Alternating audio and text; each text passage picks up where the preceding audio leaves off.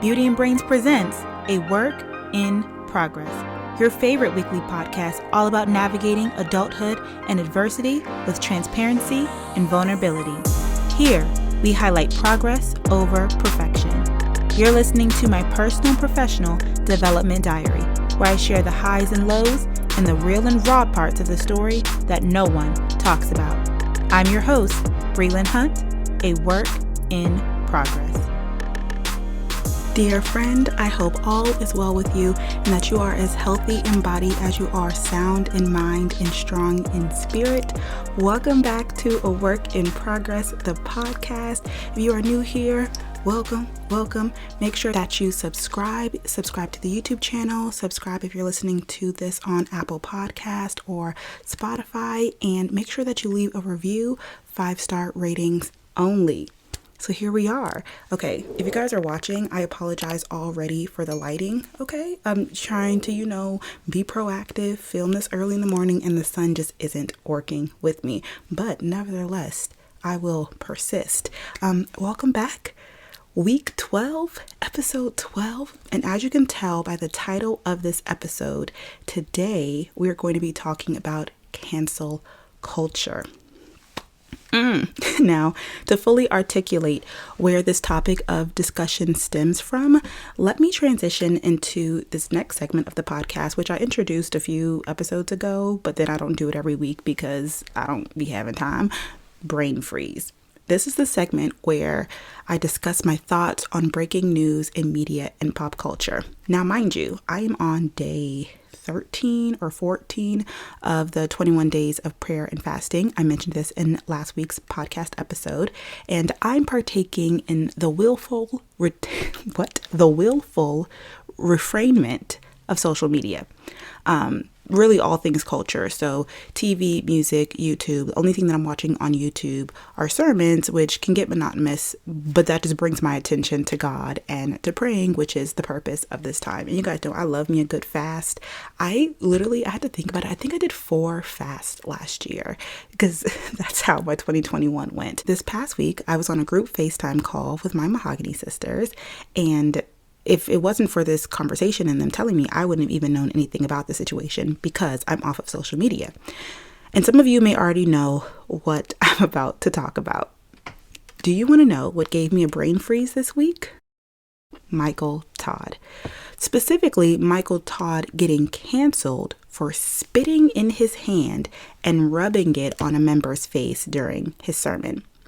If you guys don't know, Michael Todd is the pastor of Transformation Church in Tulsa, who I've shared multiple times, probably in almost every single Kingdom Keys. I've shared something from Michael Todd. I've done full podcast episodes where I'm kind of just reflecting on his sermons. And now here he is trending online and was essentially being canceled. We're going to talk about it. We're going to talk about it today. I think that I have a different perspective of Michael Todd in general. And so that gives me a different perspective on his actions this past week. But before we get there, let's first discuss why it was even up for debate that he was being canceled. So in the clip, Michael Todd, again, the pastor of Transformation Church, a leader, a person who represents God, because that's what you do when you're on stage as a preacher in that pulpit, representing God. He cupped his hands together and he hawked loogie, I believe is the correct phrase for it, where he purposely tried to get the nastiest, filmy, grimy, mucusy spit from out of the depths of his soul out into his hand in large globs of saliva and phlegm, and then proceeded to wipe it on this man's face. And so that clip went viral on social media, and many people expressed their disdain for this act, particularly because of, obviously, this is coronavirus. I myself just got over the vid. And so just thinking about not only is that super nasty, that's super disrespectful, to spit on somebody's face. And it's literally for an illustration, right? So if those of you who are not familiar with Michael Todd or just mega churches in general, just his style of preaching, he does a lot of demonstrations because, and I'll get into this more later, he really just likes to make things accessible. When I was talking to my mahogany sisters, I realized that I'm an analogy girl. Everything has an analogy. If I can't fully explain it, I can explain it better in an analogy. And so for him, he does the same thing, but like with illustrations. It's like he sees something and he's like, I want them to get it. But in order for you to get it, I kind of have to like show you the way that I see it. And or even show you the way that I feel it. And I think that in this sermon, he was trying to say like, sometimes it can feel, you will like the miracle that Jesus did where he did spit in his hand and, rub it in dirt and then rub it on a blind man's eyes in order to heal him. And it was a miracle because the blind man was able to see. And he was basically like, imagine what that feels like to be so disrespected, because that wasn't just like, oh my gosh, yay, Jesus touched me, I'm, blessed and now I'm healed. It's like he had to be disrespected through the process, because let's just go ahead and put this out there. I watched the sermon. I watched it after all this went down because I don't watch him on Sundays exactly, at 11 a.m. because like the time difference or whatever is off. But I watch about 80% of his sermon. So I did end up watching that one, and I wasn't going to talk about this without watching the full sermon. I get what he was saying. His purpose of the sermon was kind of just like, you're going to have to be uncomfortable through the process of God blessing you. And if you're not willing to be uncomfortable, then you don't have enough trust and faith in God for him to bless you. And like basically he has the clear vision of what he's doing for your life. And it's just all about both faith and trust and vision, because that was like his vision sermon of the year. He always starts off his first sermon in the beginning of the new year with like the word of the year, the vision that God has given him, etc. So I watched it and I got where he was getting with that. Did I feel like it was necessary? No, but I completely understand how he ended up doing that because, well, first let me rewind. Because before I watched the clip and before I watched the full sermon, I saw the reactions live from my mahogany sisters. Like I said, we were on FaceTime. And we're on FaceTime, y'all. We on FaceTime for hours. Like, I think we literally got on FaceTime maybe like 9 p.m. and we got off at like 3 a.m. We talked for so long. And so, people are like on their phones scrolling and things like that. I'm fully invested in the conversation because I don't have social media. But anyway, so I'm seeing their faces, like, they're scrolling, but you know how it is on FaceTime. Like, even if somebody's on a different screen, like you can still see their face, like while they're watching something. So I'm watching their faces and they are just disgusted, like literally just disturbed, like screaming out loud, not wanting to watch it, like, but can't look away at the same time, but then wanting to look away and not wanting to look at it again. And that just let me know his actions universally struck an extreme emotion. I think that's step one as to why we can even consider canceling him. And I say this very loosely, which you guys are going to see throughout this podcast. But I can see why the conversation was brought up because it universally struck an extreme emotion. When you watch that video, you cringe. Like, it's almost like, I don't think anybody can watch it and be like, oh, it's not that bad. This is going completely off topic, but kind of still on topic. It kind of reminds me, and again, very, very extreme different things, but it kind of reminds me of the video of George Floyd where it was like, it was so disturbing. Again, completely different. Killing somebody, spitting on somebody's face.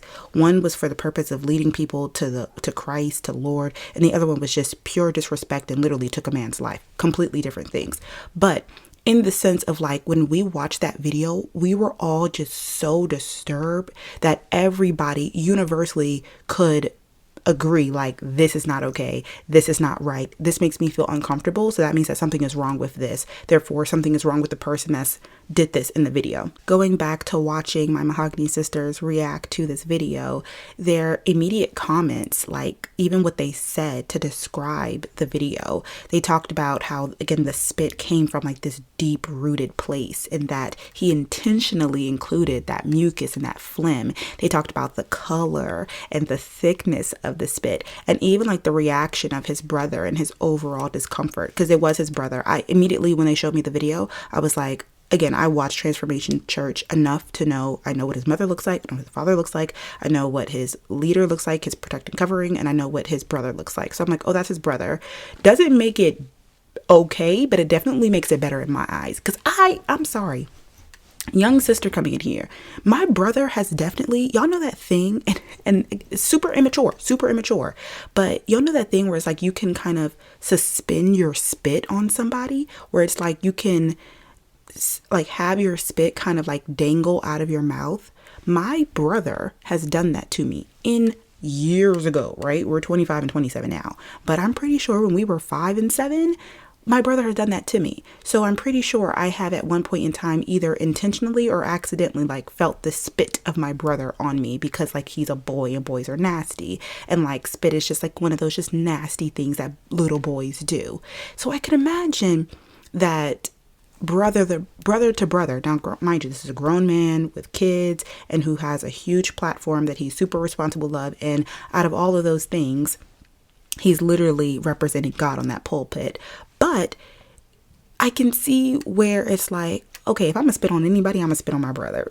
Like, I think my brother will be okay with it. But even then, you could still see like in his face, like you could tell that he told him ahead of time. It wasn't like, oh, come up here for this demonstration, and he didn't know what was happening. Like when I rewatched it, because I watched the clip and then I watched the sermon, and it's like knowing what happened in the clip and like hearing my sisters being like, he looks so uncomfortable. I was looking for it the first time, and then I watched it again the second time, again knowing what was about to happen, and you could see in his face like he was like clenching as if like somebody was gonna punch him, like he knew. And even like when he heard the spit, because I'm pretty sure everybody else in the audience didn't quite know that he was gonna rub it on him, on his face, like on his eyes in particular, but I'm pretty sure his brother knew. I'm pretty sure his brother consented. I'm pretty sure his brother consented to it. And he talked about it even in the sermon later on, where it was like, that's his little brother, but his brother is bigger than him. He's taller and he's stronger. And so if he wanted to basically like punch him for doing that, like he could have, he literally said that in the sermon. So his brother consented to it. Does it make it right? No, but it does, in my opinion, make it better. Anywho, so I'm watching their reactions and even hearing them talk about how the literal action of spitting on somebody, like, or spitting in their face, makes it 10 times worse because of where we're at in the world right now with it being a pandemic. And yeah, it just makes his actions not only disrespectful, but also life-threatening. So you guys know I'm not on social media. So how many times can I say that in one podcast? So I'm not on social media right now. But I say that to say that I wanted to hear or see what other people were saying about this in order for me to come to you all and talk about this from a educated and informed standpoint. So I'm going to leave the links to the different articles that I read online that included some of the tweets. So just so you know, I wasn't on Twitter, but I do have some tweets from some commenters underneath the viral video that basically explains that nobody could justify his actions. Ajane Dawkins at Moons at Dusk said, I ain't never seen all sides of Christian Twitter unified on an issue like this. Not Mike Todd being so unhinged, it's bringing unity to the body. Oh my gosh. Nicole Brianna at the Nicole Brianna said, the rest of the message is lost because, all caps, you spit on someone. How we supposed to just move forward from here? Hashtag Mike Todd. I get what they're saying, and I'm not going to tell anybody like you shouldn't be upset, you shouldn't be disturbed. And I think it brings up a good point for us to lead to the conversation of pastoral accountability. Again, like understanding who you represent when you decide to take on the title, especially of such a big church who reaches so many different people. And even like the clip, I feel like viral videos, that's why viral videos can be so misleading, because I kind of blame him for the fact that right before he did the spit, like the point that he used wasn't even really the best way to describe the point of the sermon. Like, I think that the way I said it earlier would have better explained the spit than like his one-liner, like his big one-liner before the spit was, faith is nasty. And I saw a lot of people talk about like, faith is nasty. Like, that's what you're going to use to justify like this demonstration that, yes, it's nasty, but I think the better words can be like disturbing, bring you out of your comfort zone. You have to like lay down your will. And so that was what he said. So that's the clip that went viral. And it was like, I wouldn't describe faith as nasty, one. And two, I don't think that if you're trying to tell me that faith is nasty, that I want to see it that way. Like, it didn't hit the same because he didn't quite articulate himself in that viral clip. That's why I feel like it was exacerbated to be something larger than it really was. And so because of that, I feel like a lot of people were even more offended by his illustration because it was neither grounded in biblical narrative itself, nor redirecting those searching for hope to the one who provides it, to Jesus or to God. It's like, okay, if I just saw this viral clip on Twitter and I've never really thought about Christ, I've never heard of Michael Todd, am I going to be like, faith is nasty? Maybe I should pick up that Bible. Maybe I should read a devotional. Maybe I should watch this full sermon to see more. Like, I think the purpose of an illustration is to make things clear and ultimately to bring people to Christ. And so it made things foggy and it more so disdained people. So with that being said, I think we can all clearly agree on that his message was lost in the demonstration. Therefore, it did not serve its purpose. However, the first thing that came to my mind, oddly enough, stemmed from another conversation that I had with my Morehouse brother, Malcolm, who I just mentioned in last week's podcast episode. Not him being a recurring featuring guest, but it's funny because I'm pretty sure he introduced me to Mike Todd. We would talk almost every single week when we were first introduced to him in Crazy Faith 1. Like, that's when we first watched his sermon. I'm pretty sure he saw this when it's like, I was in grad school, I was going through some stuff, he sent it to me, and I watched it, and I was very moved. I was like, this is faith season, and literally, like, we were both, like, on it, watching every single week, catching up every single week, like, what did you think about the sermon, and we have, like, our own little Bible study. Community is amazing. Anyway, as the years have gone on, because that's like been 2-3 years ago, he slowly became less interested in his sermons for many reasons. But one was that he felt like Michael Todd kind of overcompensates, like with his personality and his elaborate illustrations and like even just the grandiose vibes and feelings of a megachurch, that it kind of covers up his lack of experience in seminary school. Now, I disagreed because I don't believe that every preacher has to be educated in the matter officially if they are called by God. I believe that God, will give them, the pastors or the preachers or the ministers, what they need to touch lives. Looking at the definition of seminary school can take between 3 to 4 years to be completed, and it requires a previous bachelor's degree. Therefore, the prerequisites for seminary school are high school and an undergraduate degree in any field. And then seminary schools are meant to teach individuals to become priests and serve the community. And I'm following this new pastor who's actually here in the Maryland area. And I'm super excited about her because like she's a doctor of divinity. And she even just talked about how like back in the day, they've changed it recently, but how back in the day you had to master a language, either not just any language, but like Greek or Hebrew in order to get your doctor of divinity. But they've recently have like changed that. She just briefly mentioned that. But I say that to say, and I previously mentioned this, that I listen to about 80% of Michael Todd's messages, but I also listen to about 5 other pastors, 2 who I have a personal relationship with every week. And some are good for that relational and spiritual guidance. Others are good for community. Others are knowledgeable about the words of God, the history, the Greek and the Hebrew language, and are teachers. And I find that I learn and gain something different from them all. There's things that a pastor can tell me when I FaceTime him, and he can tell me the word of God, but directly to my situation because I'm literally telling him my situation, that moves different. There are times where I need you to break down, but do you know what this word means in Hebrew? And so when it means this and coupled with this and the history of this, now I'm understanding the word in a different way to where you're educating me, you're teaching me. There are pastors where every time you leave, you're going to leave with a point. And these are points that are derived from the word of God.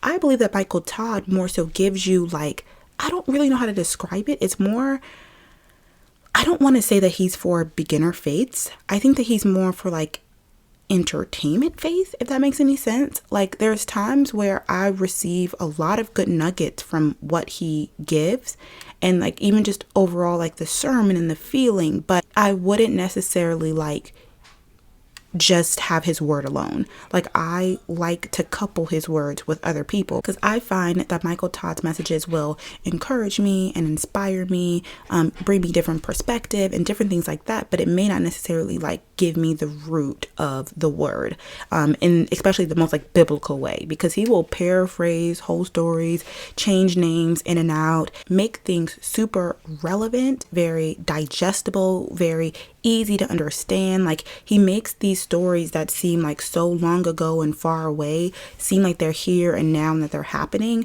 And for certain people, for certain stories, for certain situations, it is helpful. But I don't think it should be the only way that you listen to the word. Either way, I think that there is a place for Michael Todd in the sphere, specifically as a Black man in the Black church for Black Christians. I also think that Michael Todd not having a degree allows him to lean more on God, to be more culturally aware, humble, and relatable. And I think that this is specifically his lane. It makes him great for culture. It makes him great for young beginner Christians, for people who are not into religion but are okay with God, and kind of like bring them in. And it's also good for massive reach, such as like on television. However, if he steps out of his lane and preaches as if he knows the things that he simply has not learned, if he preaches as if he knows things that he simply has not been taught, then he is operating out of the will and the grace of God, in my opinion. And I think that it's very hard to walk in your lane with the lines being so thin, because on one hand, I believe that Todd is called to be big and to reach many. And so it feels in line for him to do these illustrations and to act elaborately, because that is how he's going to go viral in the good ways and reach culture. And that's how he's going to grab the attention of young beginner Christians. And that's how he's going to reach the people who are not into religion but still love God. However, Pastor Todd is also supposed to bring people to Christ and not to himself. And as a social media person, I can attest to how difficult it is to be obedient with your creativity. Michael Todd has to be able to be obedient and reach, but not get consumed with reach. To describe how hard this is, I want to use the example of Logan Paul. If you guys are like real YouTubers, everybody doesn't know who he is, but a lot of people do, right? So Logan Paul is this YouTuber. He used to do daily vlogs, and I first got into him in like 2016 maybe. And like I said, he would do daily vlogs. You guys probably know of his brother Jake Paul, but if you don't know of either one of them, these are like these two white boys.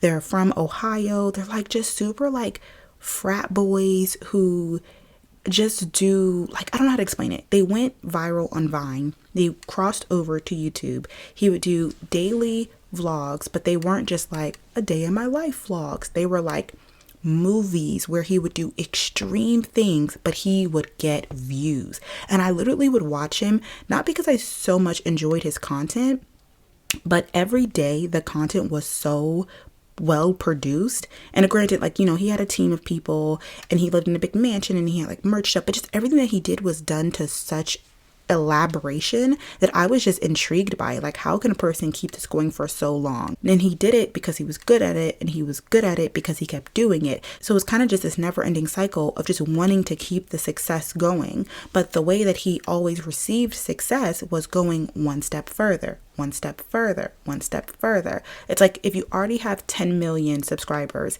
and you're reaching 8 to 10 million people a day on your daily vlogs, how are you going to get from 8 million a day to 9 million a day? You're going to post one more viral video and then one more viral video. Like, that's how you get viral and like to that many subscribers in the first place. You have to have viral videos in order to have that many people subscribe to you. And so he kind of was like chasing virality. I don't know if that's the right way that you say that word, but he was constantly chasing going viral. And so he would do things that were questionable in his videos almost every day. Like once a week, he would probably have like every day he would do something that would be worth going viral, but it was kind of so normal for his channel. But then once in a while, he would do something that would be even a bigger push of going viral, simply for the fact of like, that's how he knew how to grow. It's like he wanted to be bigger and bigger and bigger. And that's that greed And I don't think we talk about it enough how specifically for Logan Paul, who was just doing this for YouTube and money and fame, that's greed. Like to constantly want more, to never be satisfied with what you have enough of, and never be satisfied enough with what you have, that is greed. So for those of you all who don't know his downfall, he ended up having his worst viral video in the beginning of the new year. I think it was in 2018. And he basically filmed himself in a suicide garden in Japan, I believe it was. And so he filmed a dead body, and it not only went viral on YouTube, but it went viral on like in the news circuit. Like everybody was talking about it, and he was canceled, and because he was disrespectful. And again, it was that same thing where he universally struck an emotion in anybody and everybody who watched the video. He ended up not being able to monetize his videos for a really long time. I don't even know if he still can. I know that he's created other channels, because the thing about cancel culture is this redemption arc where he wasn't able to post. He had to do an apology video. And then, when he tried to come back, everything that he did was underneath the microscope, to where he literally couldn't come back doing the same thing. He tried for a while, but then it was like he just couldn't. So he has found his new lane. He literally now talks about like Pokemon cards, and he has a more like adult like podcast, not adult explicit, but just to where before his audience was clearly children. It was like a lot of like bits and fast cuts and cars and crashing and sound effects, and it was very like dramatic and animated, something that a child would like. And this podcast is more so for an adult thing, and you could tell that he's really grown and changed, because he was forced to look within himself and really think about like, what am I doing? Why am I doing this? Why did I receive so much backlash and so much hate? And all of this that I did leading up to this moment, and specifically this moment that got me canceled, was it worth it? Do I agree with always wanting to reach the new level, to impress myself, to impress my audience, to one up my last big thing? Is that worth everything that I've worked for being canceled, being neglected? It's now null and void. All of those videos now mean nothing. It's part of his legacy, but if you talk about his vlogs, you can't talk about them without talking about the way that they ended, which was in failure, which was in defeat, which was in a very disgusting way.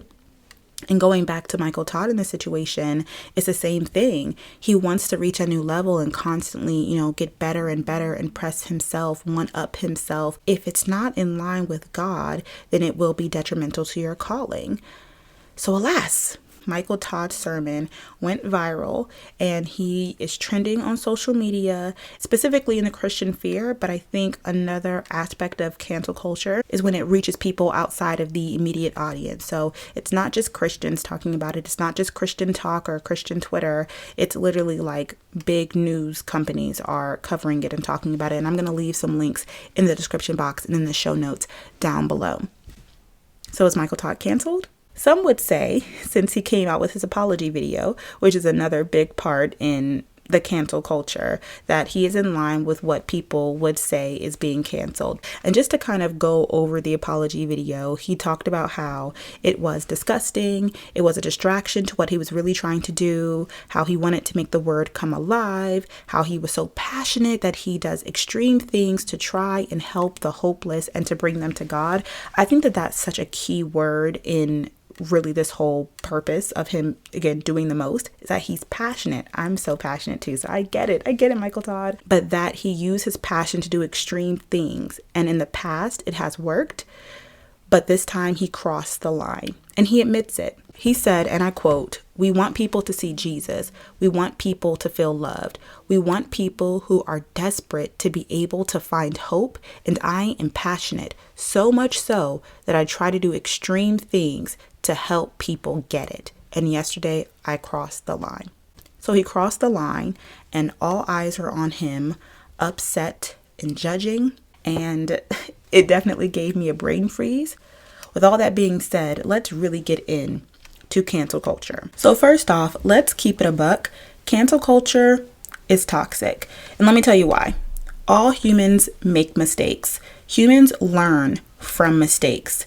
Anxiety and depression are at an all-time high, especially with the pandemic going on right now. And cancel culture can be very isolating and lonely, because it's literally ostracizing someone during a really difficult time of their life because of a mistake that they've made. It leaves that person with a feeling that everyone has given up on them and that not even an apology will be able to correct your mistakes. That's not, first of all, of God. So I don't think that anybody in the Christian sphere should be canceled. Cancel culture didn't start in the Christian sphere. It's really interesting because doing my research on this, I think I knew this, but it came more clear once really reading about it, where as per everything, Black people really started cancel culture. And it started as a response of white fragility. I actually ended up reading somewhere that cancel culture and white fragility are two ends of a double-sided peel. Together, they are a deadly combo of complete ineffectively. So it's ineffective. Obviously, Michael Todd is Black and a man, so white fragility doesn't necessarily apply to him. But when looking at cancel culture as a big picture, we have to rewind back to around 2014, 2015, when the concept of canceling had become widespread on Black Twitter. It's always Twitter. This is why I stay off of Twitter, y'all. At this time, again around 2015, cancel culture was a concept to refer to a personal decision, sometimes seriously, sometimes in jest, and to stop supporting a person or a work. The technical definition of cancellation is total disinvestment into something, and it's carried out in online shaming. I feel very much so like a devil's advocate when it comes to cancel culture. The thing that makes cancel culture so dangerous is that it's carried out through online shaming, which is a widespread, outraged online response to a single provocative statement and against a specific target. So I personally feel both ways about cancel culture. Part of me is kind of just like, it is way too much. Nobody should be canceled. We all fall short. We need to give people grace.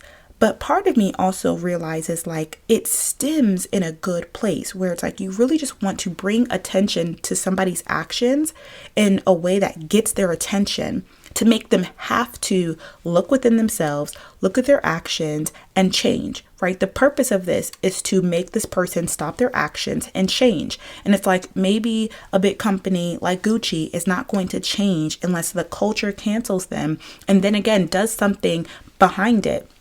So we're no longer going to support you. We're no longer going to buy your things. That way you feel the pain and you make the changes. And it's if we all just said, oh, Michael Todd, it's okay, but just don't do it again. Maybe he wouldn't really feel the pain and therefore he wouldn't make the changes that are necessary because he doesn't understand. He doesn't hear the implications. He doesn't understand the weight and the responsibility that he holds and the way that he's impacting the world, the culture, people, places, things, etc. So part of me is you need to cancel people because if you don't cancel them, they don't understand how serious their actions are and they won't change. And I also feel nobody is really fully able to be canceled.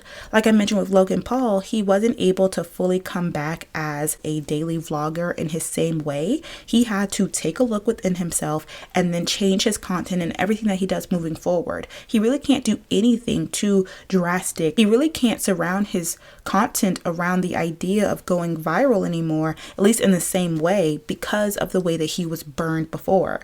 And I think that that is a good part of cancel culture, just kind of always keeps him in check.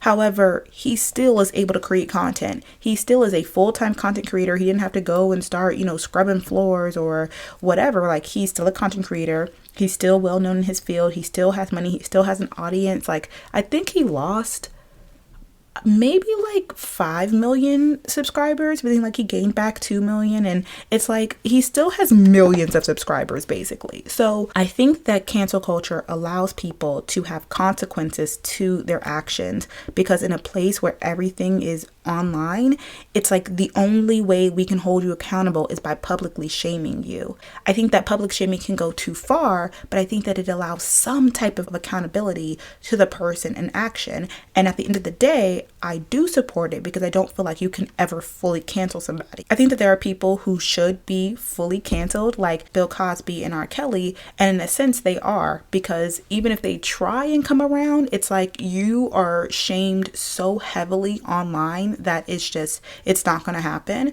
But then for some people, like, I think that there are tiers to canceling. There is like absolute extreme cancellation, which is where Bill Cosby and R. Kelly are, where it's like there is no return. You are canceled from everybody, not just the culture, not just your sphere, not everybody. You are canceled. I believe that when it comes to sexual assault, molestation, pedophilia, I believe that those people should be and murder, like those people should be canceled. Those people, you are the scum of the earth and you do deserve to be canceled. God can give you grace, but people here on earth, humans, we should, you are canceled. But then there's people where it's like, this is really messed up. We don't really ever want you to ever think that you can ever do this again. So our shame is really it's just like the world giving their child a whooping so that they know to never do it again. Will a child still do it again? Depends on how bad that whooping is. I laugh at it, but it's actually really scary because, again, when we think about the anxiety and depression and how scary online can be, when there's that many people who are shaming you online, who are outraged at you, it started off as such a good tool to keep people in check, specifically like white people when they're being racist. Like, again, it was meant to put them in check, like, hey, it's not okay to be racist. Like, we as Black people, we have voices, and if you're going to be racist and if you're going to be against us as Black people, we can cancel you and we can make sure that you are no longer supported. Like, we have a voice. I think that is definitely important, but I do think that it can be taken too far when people who do things that are not on the most serious level of cancel culture still get treated as if they have molested somebody, sexually assaulted somebody, killed somebody. It's like Michael Todd did something that was uncomfortable and not right, but he didn't kill anybody. So he should be held to the same standard of cancellation, to where you need to apologize, you need to recognize your actions, and you need to move forward differently. But not to where you're so canceled to where you can never go back on the pulpit again, or even to where you can never do a demonstration again. I think that you still can, but now, because of that public shaming that you've had, hopefully you'll always go about it with the understanding of, I can't do too much, basically. Like, I have to keep myself in line. I always have to have this, I would literally say it this way to other people. Cancel culture is society's way of having a checks and balance. We checked Michael Todd, now he can stay in balance. Now, if we continue to check him, now you go to another level, another tier of cancel culture where it's like a repeat offender. Okay, now you really just I think that that's one tier that's still a different tier than the people who do things that are like wrong against humanity. It's crazy because I actually thought this was going to be a short podcast episode, but alas, it is not. I'm almost done. I really just wanted to talk about my first experience witnessing cancel culture firsthand. This was in 2016. Mind you, this was like my first year watching pageants like by myself as an avid pageant fan and a potential contestant one day. Like, I was really just watching these all by myself. Like, what are the different pageants? And anyway, this was Miss Teen USA 2016. And I remember just not fully knowing like the different categories and how things worked. And the top 5 girls were all white and blonde. And I specifically remember, I think it was like Mario Lopez who was hosting, and he was like, I think the winner is going to be blonde. And I was like, oh my gosh, like, Mario Lopez, you can't say that. And then it was like, oh, it's because all of the top 5 contestants were blonde. Anyway, the winner ended up being Carly Hay from Texas. Hours after she was named the winner in Las Vegas, she's Miss Teen USA, commentators on Twitter began referencing her old tweets, which featured the N-word from years ago. And she had a lot of other racial slurs in her history as well. And there was a big push to like dethrone her. And I was just like that would be my worst nightmare. Like, I think it's a lot of people's worst nightmare to be canceled. I don't think that I would do anything to be canceled, but like, this is literally one of the reasons why I don't get on Twitter, because it's like anything that you say can be taken out of context. And how many people do you know? There are endless people. Like, what is John Legend's wife's name? Chrissy Teigen. Same thing. Years later, tweets pulled up and they're used against you, and now you're canceled. And sometimes, again, it's a checks and balance. It's like, okay, you may have been able to say those things then, but you can't say them now. And in order for you to really feel it, we need the backing of online shaming, which then goes into the support of the brands. Like, now these brands are no longer supporting you. You no longer have these sponsorships. Like, it's such, I feel so conflicted by it, because like I said, part of me feels like, cancel culture is too much. You should not be public shaming people. But then a part of me is like, if we don't hold these people accountable, who will?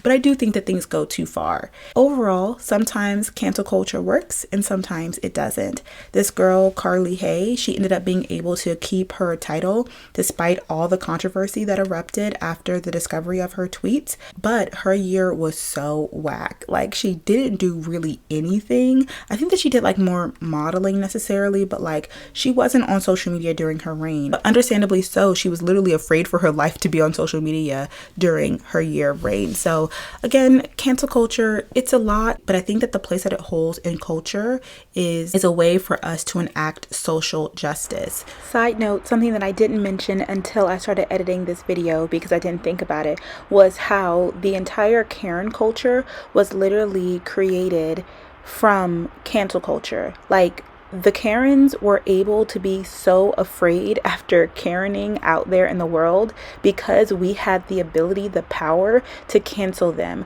by being able to hold them accountable for their actions. And again, as Black people, use their white tears and their white fragility against them, and saying you can't treat people a certain type of way, be racist, be sexist, and not be held accountable for it. I think that the whole Karen situation is a whole another generation that cancel culture has created in itself, and I didn't get to talk about it, but I also think that that's a really interesting thing as well. I saw this post online that talked about how the more vocal you are, the more you will get called out, the more you will grow. And this is preferable to the alternative of silence. Social justice work requires humility. So people who want to be out there and speaking on things, you have to be willing to be called out and to be told that you are wrong in order for you to grow. Whereas if you just stay silent, then you can just be wrong in the dark quietly. Speaking of pageants, I think about how it's a common pageant question recently to ask, like,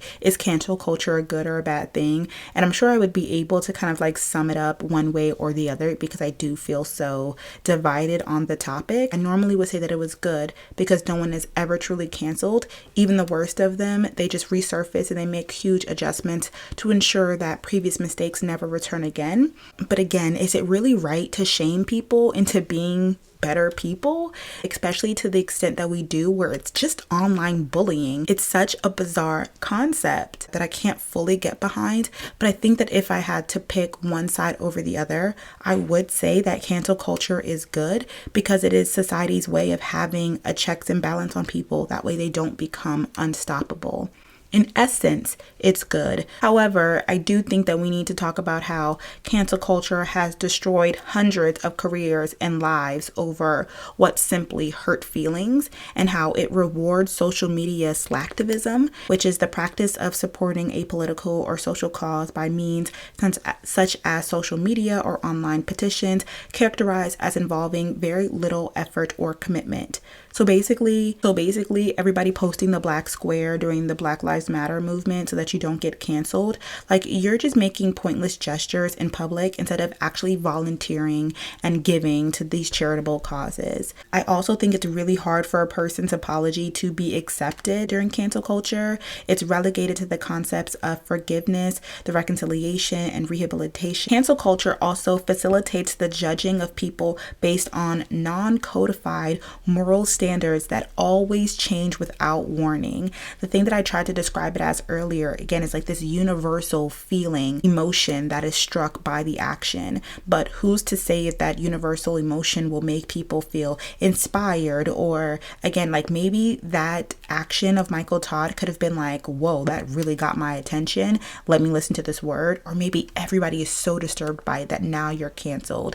And who's to say whether or not it's going to be accepted or not? It's all based off of the people. It's all based off of the times. Like I said, things that were okay to say at one point in time sometimes are not okay to say later on. And it just creates a society of distrust and suspicion and paranoia where anything you do or say today can be used against you tomorrow. Again, the very reason why I'm not on Twitter. It makes society dwell constantly on the faults of the past, but it doesn't really offer many solutions for a better future. It more so just holds people accountable. It doesn't give them any wayward way to make change and difference in reputable actions in the future. And it also legitimizes and justifies bullying. Like I said, I really don't think that people fully understand how much like the online shaming goes into. No, you're really just being a bully. Like you're really just bullying people to think how you want them to think and act how you want them to act.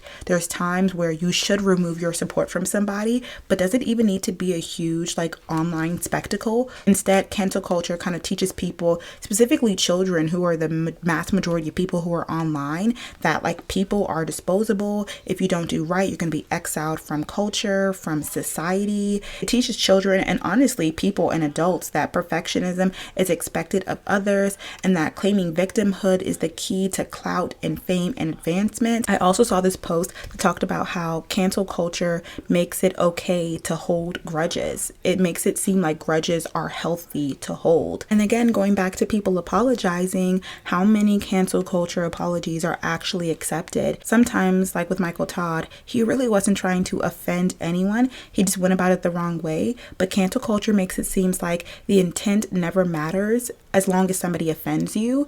Only thing that matters is the consequence for that person. So I know I've been rambling for a while. I would love to hear in the comments what you think about cancel culture. And I also wanted to leave you guys with the understanding and the ideas that every single one of us makes mistakes. It is part of life and human development. And so we should allow people to make their mistakes and allow people to apologize, correct, and grow from them. I try to be forgiving when somebody is apologizing to me because I'd hope for the same if I were to make a mistake. And just because you forgive doesn't mean that you have to forget necessarily.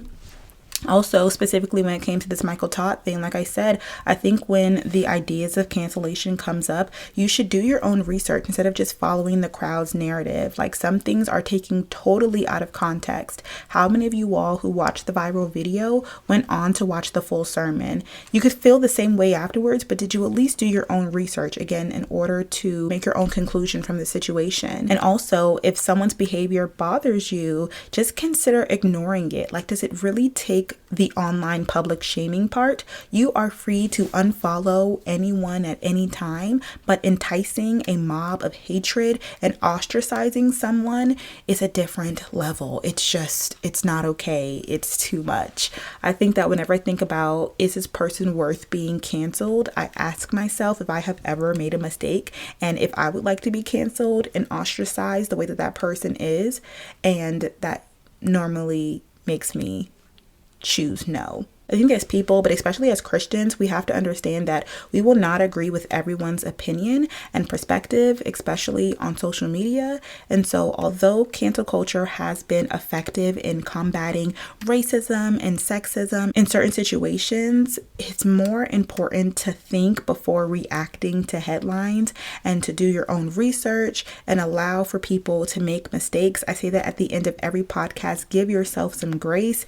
You, me, us, Michael Todd, Logan Paul, we're all just a work in progress. And that's the key to us being able to learn and grow from our mistakes as humans in society. I just have one verse for us for today's Kingdom Keys. It's Romans 3:23. For everyone has sinned. We all fall short of God's glorious standard. I want to talk to you today about some of the things that the enemy will do.